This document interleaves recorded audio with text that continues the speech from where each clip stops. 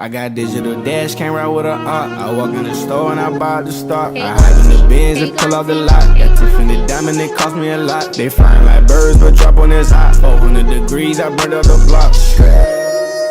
Burn out, make one call, they turn out. CC the gang, get the word out. When the shit getting hot, you the first out. Cover my wrist with a watch and I flood it with rocks. Now I look at the time all day. EP high, right through your block and I drop off the top and I know you can see my face.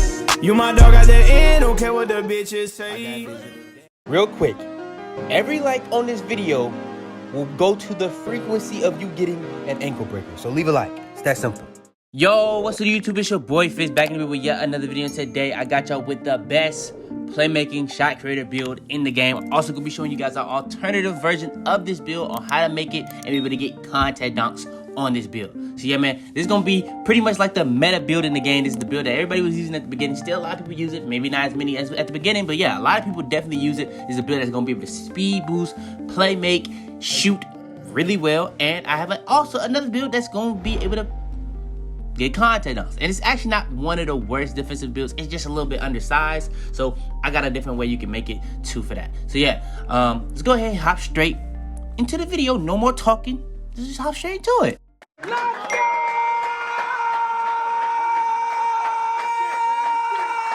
Alright, so first things first, when it comes to making the build, we're going to be going for the position first. Now, position, you might think I'm going to go with the point guard. I'm going with the shooting guard. Shooting guard, you're going to be able to get more badges on defense, and that's really what I wanted to be able to have, and it's a little bit more well-rounded on the shooting and playmaking. Alright, next, when it comes to the pie chart, you already know what the pie chart we're going with is the best play sharp type build, and yeah, we're going to go with the shooting and playmaking. It's pretty much both split in half, perfectly split. Not the other one where you're pretty much only getting shooting Hall of Fame. You're going to be able to get shooting and playmaking Hall of Fame on this build. All right, next is the physical profile. What pie chart we're going to go for this? We're going to go with the speed pie chart. That's going to be allowing us to be as fast as possible, but to get our speed ball as high as possible, allowing us to speed boost as fast as possible. All right, next is the attributes. Now, this is where it's going to be changing up for the build that has slashing or that can get contact dunks and the build that can't.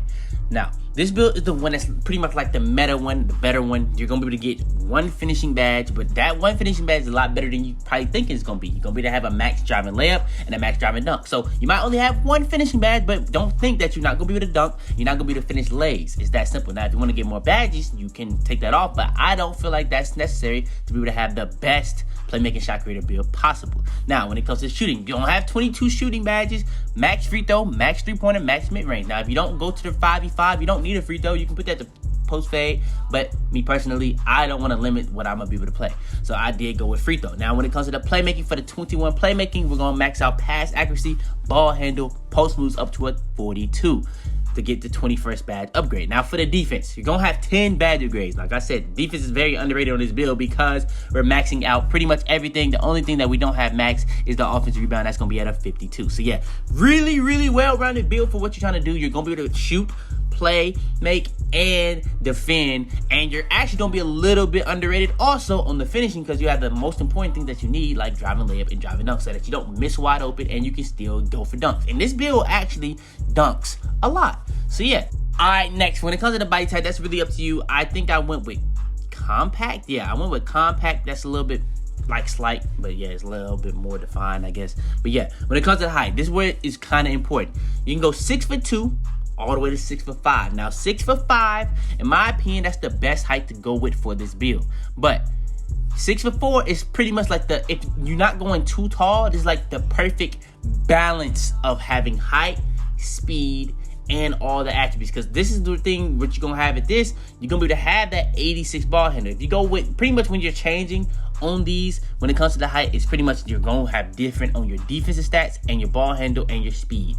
Now the 3-point shooting, that's not really gonna change at all. You know what I'm saying? Maybe at 6'3" and 6'2", the driving dunk and layup is gonna change, but the 3-pointer is not gonna change from those 4 heights at all. So yeah, 6'4", I'm gonna be able to have an 85 ball handle. I'm gonna be able to get that up later on when we change the wingspan. So yeah, 6'4", I'm gonna be able to have that 86 ball handle off the rip. Now you only need an 80 ball handle off rip to really get pro dribble moves. So if you don't really care about having an 86, that's up to you. So yeah, go ahead and do that. But yeah, that's the height I end up going with. All right, next is the best weight for this build. Now, for the best weight, we're gonna pretty much make sure that we get the highest speed and acceleration while also losing as little bit as possible on interior defense and strength. Now, for the weight, we're gonna be at 178 pounds. Now, at 178 pounds, it's gonna be allowing us to get to an 89 speed and 88 acceleration, which is the max you can get it to when you go all the way down. But we rose it up 3 to really not lose that extra one on interior defense and strength. All right, next is the wingspan. Now, for the wingspan, this is where it gets interesting. This is what I do. When I go for my build, I'm not really trying to worry too much about defense. I'm really mainly worried about making my offense as overpowered as possible. Like my ball handler, that's going to be able to get to an 86 off the rip. At 99, I can get that to a 90. For the three-pointer, you know about the thresholds. I mention this all the time back when I was going over current gen all the time. The reason why I did it, because I'm going to be able to have a different availability of takeover choices, because if you go with the longer wingspan, you have to go sharp take. If I don't do that, I don't have to go sharp take. I can have a 95 three-pointer at 99. So if I get that +5, either way, or not +5, but +4, it's either way gonna be at 99 in takeover. So yeah, you know what I'm saying? It's just that simple. So yeah, I'm gonna get +4 at 99 either way. So that's gonna go to a 95. So I would rather have my three-pointer be at 91 than be at 83. So yeah, I'm gonna go with 76 wingspan to be able to have my three-point as high as possible to get my threshold as high as possible off the rip. It's that simple. So yeah, that's the pretty much wingspan I end up going with. 76, pretty much minimum wingspan. And yeah, that's gonna have you being well-rounded on offense. Very well-rounded on offense. It's that simple. Now, I'm not gonna lie, I might need to re-rank the takeovers on current gen because Playmaker takeover is very overpowered now. Like, the reason why I'm showing you guys another version of this build to get Slasher Takeover, because that's a little bit more overpowered for this type of build, because you're going to be able to get the same pluses to your stuff for like +10s and stuff like that. Because like Takeover, the things about Sharp, the reason why it's the best one in the game, because it gets you +10. But a build like this, you're going to have a 95 three-pointer at 99. You don't need +10 to your three-pointer because it's only going to go to 99. Now, Mike Wang has said before that it does go past 99, but when you test it in-game, it does not. So we just have to go off his word on that. I personally can't really trust that. We've seen how 2K is sometimes with some of the stuff they say. It's not always true. So yeah, sharp take, that's going to get you +10 to your three-pointer. That's really why it's the best takeover. But this build doesn't need that. In my opinion, I would go Playmaker takeover because that's going to be giving you +10 to ball control, speed with ball, passing, and your layup. And that's really important. All your shooting stacks is already going to be 99. So why would you need an extra +5 on that and nothing else getting an extra +5? So yeah, I would rather have Playmaker takeover. And the build comes out as a playmaking shot creator, similar to Shades of Bradley Beal, Manu Ginobili, and Terry Rozier. Now, another thing that I did not mention, if you go Playmaker takeover, you saw how our ball handler is going to be able to get to 90 at 99. That's going to be going up +10. That's going to be able to get to a 99. Then you have a three-point at 99. Then you have a mid-range at 99. So you're going to have way more things at 99 in Takeover now, since you went with Playmaker Takeover. Even your speed with ball is going to be at 99. Your speed's going to be at 99 because you get +10 to speed with Playmaker Takeover. So yeah, I just wanted to make sure I didn't leave that out. But yeah, I'm going to go ahead and hop straight to the other version of this build that's going to be able to get contact dunks. All right, so first things first, I'm not going to waste y'all time going over like the height, or not height, but like the position, pie charts and stuff like that, because it's all going to be the same. Pretty much just follow the same thing I've showed you guys on the other version of this build, pie charts, position, all that, pretty much. Now, the only thing that we're going to change is the attributes. Now, for the attributes, you have to change it up a little bit right here because it's really hard to get Slasher Takeover any other way. Now, I'm pretty sure you can try to tweak it in a lot of different ways to be able to get it. But yeah, this is the best way for me to get it and still have like the really, really high stats that you really want. So, when it comes to the build, you're going to have 1 finishing, 22 shooting, 21 playmaking, 7 defensive now instead of 10. But now, you have a lot more stuff on finishing up, like close shot and even your standing dunk is moved. Now, are you going to have more finishing? No. You have to take a hit on 3 total badges. But yeah, it's really hard to get finishing badges on this build. So I didn't want to go too crazy. But yeah, we did end up able to get finishing badges. Or not finishing, but we didn't be able to get finishing badges. That's what I meant to say. But we did end up being able to have better offensive stats altogether. Now, when it comes to the height, same thing as the other one. If you want to go 6'2", 6'3", you can. I personally would go 6'4" or 6'5". 6'4" and 6'5" is gonna make it that much easier to have a higher drive and dunk. So yeah, that's what I would go with for this build. And again, same weight, gonna be going 178. That's the best way to get as high as possible speed, acceleration, while losing as little bit as possible in interior defense and strength. All right, next is the wingspan. Pretty much the same wingspan. We're gonna have a 76 wingspan. Again, I'm gonna be showing you guys now. The reason I'm gonna go ahead and show you guys right next how you're gonna be able to get contact dunks in this build. You have a 76 wingspan. That's because you're gonna be still having to pretty much be able to get your 3-pointer to a 95. Your mid range is gonna be able to get to a 78 at 99. All this stuff is gonna be getting to really high stats. Like your ball handle is gonna be at a 90 at 99 now. Your speed, you can get that up +8 with 99 and with gem rat bag. So you can get your speed up to a 97. So yeah, that's gonna be really, really high for this build. And yeah, it's gonna be really, really dominant. And all right, next is the takeover. Now this is how you're gonna be able to get contact dunks in this build. You're gonna have to get slasher takeover. Slasher takeover is probably the best takeover for this build because you're gonna be able to unlock the ability to get contact dunks. You're gonna be able to get all the bonuses that you get on Playmaker Takeover, but you get even more. You get like driving dunk, close shot, not just driving layup. You also get like a lot of the like physical things that you wouldn't even get on Playmaker, like acceleration, vertical, and strength. You know what I'm saying? And you still get speed, ball handle, and all that. Only thing that you don't get that Playmaker Takeover gets is the passing stats.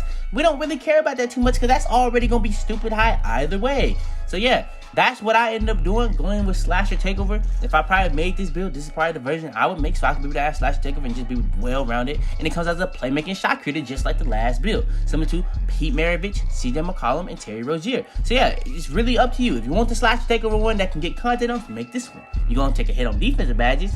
But yeah, you're still gonna be really good.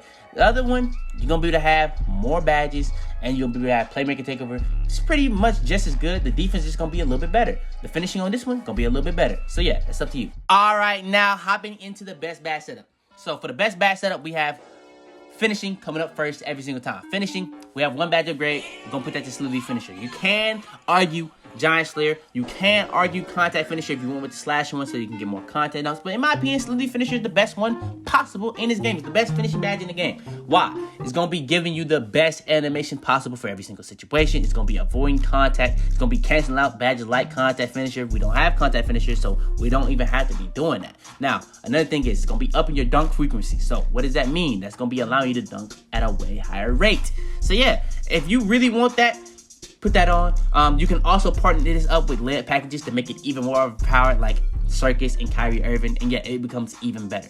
So yeah, one reason why I didn't go with Contact Finisher is because Contact Finisher has a lot of negatives. It's gonna be creating contact in every single situation, not even just dunks, layups. So it's gonna get you a lot more bad animations. That's why I always go with Slithery Finisher if I have Contact Finisher to cancel out the negatives of Contact Finisher. Alright, next is the best shooting badge setup for this build. Now we have 22 badge upgrades to work with. So first things first, we have Hall of Fame range extender that's going to be extending your range to make it that much easier to shoot within your range, to make your make percentage go up higher within your range, and make your green window that much bigger within your range. Then we have Hot Zone Hunter, so when we have Hot Zones, our make percentage is going to go up, our green window is going to get bigger. We have Hot Zone Hunter on top of that to make our make percentage even bigger or higher, and making our green window even bigger, making it that much easier to get greens and easier to hit shots. Then when it comes to badges like Hot Start and Clutch Shooter is going to be able to pretty much make you in the game to the best of your ability. It's going to be just ridiculously overpowered for ending the game. It's just going to make it that much easier to hit your shots at the end of games. Hot Start pretty much is going to make it easier to make your first shot, and if you make that shot, the next shot is going to be even easier to hit. And if you make that next shot, the next shot is going to be even easier to hit than that shot. And it's just going to keep doing a cycle until you miss.